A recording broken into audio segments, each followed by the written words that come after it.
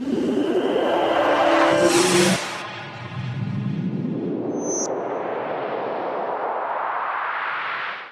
देखो हब हमने ट्यूबलाइट का श्रेणी क्रम यहाँ पे किया है, ठीक है। इसके सीरीज में ट्यूबलाइट के सीरीज में एक लैंप हमने लगाया है। तो एक लैंप जो लगाया है तो ये हो गया, इसके अंदर तो इंडक्टर है और ये है प्रतिरोध। तो आर एल, इंडक्टर को एल से डिनोट करते हैं, इसको प्रतिरोध को आर से। तो आर एल श्रेणी परिपथ हो गया है। अनुनादी परिपथ में आप पढ़ेंगे तो आर एल श्रेणी परिपथ ही है। तो इसमें कैसे कनेक्ट किया है, यहाँ से जैसे इसके माध्यम से हम फेज और न्यूट्रल देंगे। तो मान लीजिए कि ये फेज वाला हमारा वायर, तो देखो इधर से इस लैंप को हमने सीरीज क्रम में किया और यहाँ से एक वायर हमने यहाँ पे दे दिया। जो फेज आएगा वो लैंप के माध्यम से आएगा, लैंप सीरीज क्रम में है और न्यूट्रल हमने डायरेक्ट दिया है। तो सबसे पहले यहाँ पर जैसे हम इसको ऑन करते हैं तो देखो हमारा जो लैंप है वो भी प्रकाशित हो रहा है और हमारी ट्यूबलाइट भी प्रकाशित हो रही है। अब ये चेक करेंगे कि हमारा जो ट्यूबलाइट है उसके अंदर कितना वोल्टेज ड्रॉप हो रहा है और लैंप के अंदर कितना वोल्टेज ड्रॉप हो रहा है। सीरीज क्रम में तो धारा तो दोनों में सेम रहने वाली है, वोल्टेज अलग अलग। तो यहाँ पे सबसे पहले मल्टीमीटर लिया हमने। मल्टीमीटर को कौन सी माप सीमा पर सेट करेंगे, एसी पर, क्योंकि इनके अंदर कौन सी वोल्टेज आ रही है, एसी। तो यहाँ पे वोल्टेज को वोल्टेज की रेंज में 750 की रेंज में सेट करेंगे, क्योंकि यहाँ पर सिंगल फेज सप्लाई है और 230 से अधिक है। तो यहाँ पे 200 वोल्टेज है और यहाँ पे 750। तो 200 वोल्टेज से अधिक होने के कारण हम 750 पे सेलेक्ट कर रहे हैं और दोनों प्रोब लीड को यहाँ पे कॉमन पे और वोल्टेज जहाँ पे चेक करते हैं वहां पे लगाएंगे। अब यहाँ पे डायरेक्ट लगा के हम चेक करेंगे कि वोल्टेज कितनी आ रही है। तो यहाँ पे कितनी आ रही है वोल्टेज, 187 वोल्टेज। नोट करो, अपनी कॉपी में नोट करो, 187 वोल्टेज। कितनी वोल्टेज आई, 187 वोल्टेज। और अब लैंप के अंदर हम चेक करेंगे तो देखो एक लैंप का सिरा तो ये रहा और दूसरा सिरा कहाँ पे, यहाँ पे। तो इसके अंदर कितनी वोल्टेज ड्रॉप हुई, 51 वोल्टेज, ठीक है। लिखो तो टोटल वोल्टेज कितनी हो रही है, 238 के लगभग। अब यहाँ पे हम चेक करते हैं, ठीक है, कि हमारी यहाँ पे 238 वोल्टेज आ रही है या उससे कम ज्यादा आ रही है। एक दो वोल्टेज अगर कम ज्यादा है तो वो लाइन का वोल्टेज वेरिएशन है। तो यहाँ पे कितनी है, 240 39। देखो अब ये वोल्टेज के अंदर वोल्टेज जो है वो स्टेप अप डाउन हो रहा है, ठीक है, ये इतना वोल्टेज वेरिएशन चलता है। तो यहाँ पे 238 वोल्टेज है, यहाँ पे 239 वोल्टेज तक आ रही है। तो ठीक है, तो हमारा जो श्रेणी समांतर है उसके अंदर प्रतिरोध ये कितने वाट का है, 60 वाट का या 100 वाट का, और ये कितने वाट की है, 36 वाट की। तो जिसकी वाट क्षमता कम होती है वो वोल्टेज ज्यादा ड्रॉप करती है, जिसकी वाट क्षमता अधिक होती है वो वोल्टेज कम ड्रॉप करता है। तो लैंप में कितनी वोल्टेज हमारे पास ड्रॉप हो रही है, 51, और इसके अंदर 187। तो ये हमारा नियम सिद्ध है। तो ये श्रेणी वाला भी आपके समझ में आया। अगर इसको हम पैरेलल में कर देंगे तो पैरेलल में वोल्टेज का मान क्या होता है, समान, धारा का मान क्या था, अलग। तो वो नियम भी हमारा सिद्ध हो जाएगा।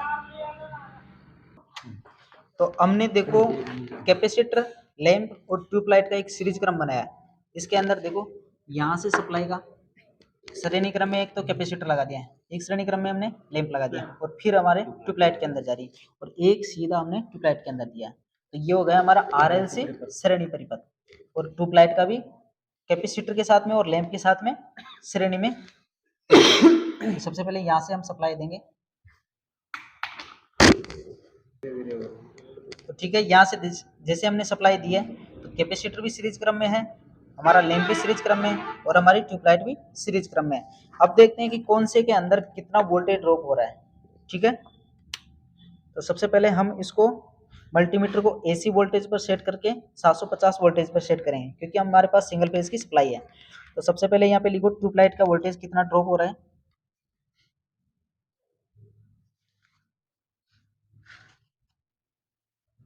135 वोल्टेज, ठीक है।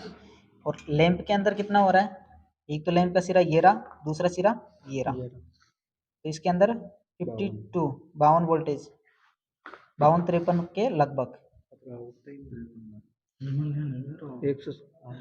ठीक है। तो अभी हमारा जो कैपेसिटर है, कैपेसिटर के अंदर कितना वोल्टेज ड्रॉप हो रहा है वो यहाँ से देखेंगे, 130।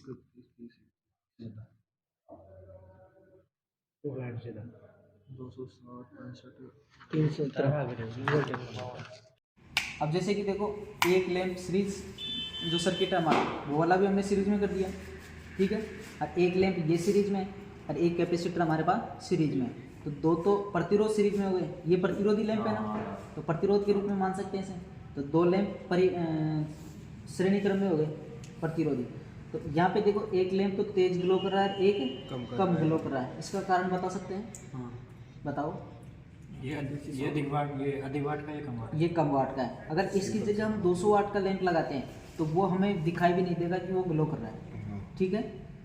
तो इस प्रकार से। और यहाँ पे एक वो 15 वाट का वाला लैंप है, वो लगा के देखो बोरा पीछे, ये ज़्यादा करेगा। तो ये सबसे कम वाट है। तो हाँ लगाओ तो सही, पकड़ के रख लेना, ठीक है। तो जिसकी वाट क्षमता सबसे कम तो वो सबसे ज़्यादा ग्लो करेगा। तो अब देखो जैसे कि इसकी वाट क्षमता भी 15 वाट से अधिक है, इसकी वाट क्षमता भी 15 वाट से अधिक है, और ये बीच में इसमें तो कोई ग्लो करने वाली कोई कंडीशन है ही नहीं। तो इन दोनों से ज़्यादा ग्लो हमारा 15 वाट वाला कर रहा है। लेकिन यहाँ पे भी वोल्टेज आ रहा है, वो भी चेक करो। अब यहाँ पे देखो 1-2 वोल्टेज के लगभग ही ड्रॉप होगा। तो क्या देखते हैं कि इतना ही हो रहा है। AC पर सेट कर दिया हमने प्रोब स्लिट को, यानी कि सही लगाया है। तो यहाँ पे देखो कितना वोल्टेज ड्रॉप हो रहा है, 14 वोल्टेज ड्रॉप हो रहा है। और इस लैंप के अंदर कितना वोल्टेज ड्रॉप हो रहा है, ये 9 वोल्टेज। तो 9 वोल्टेज पर ये ग्लो तो कर रहा है, लेकिन इतना सा कम प्रकाश दे रहा है कि हमें वो दिखाई भी नहीं दे रहा, ठीक है। ये भी ग्लो कर रही है, नहीं कर रही है, लेकिन इसके अंदर वोल्टेज ड्रॉप कितना हो रहा है, केवल 14 वोल्टेज। और इसके अंदर 9 वोल्टेज। तो ये समझ में आया ट्यूबलाइट का सीरीज कनेक्शन।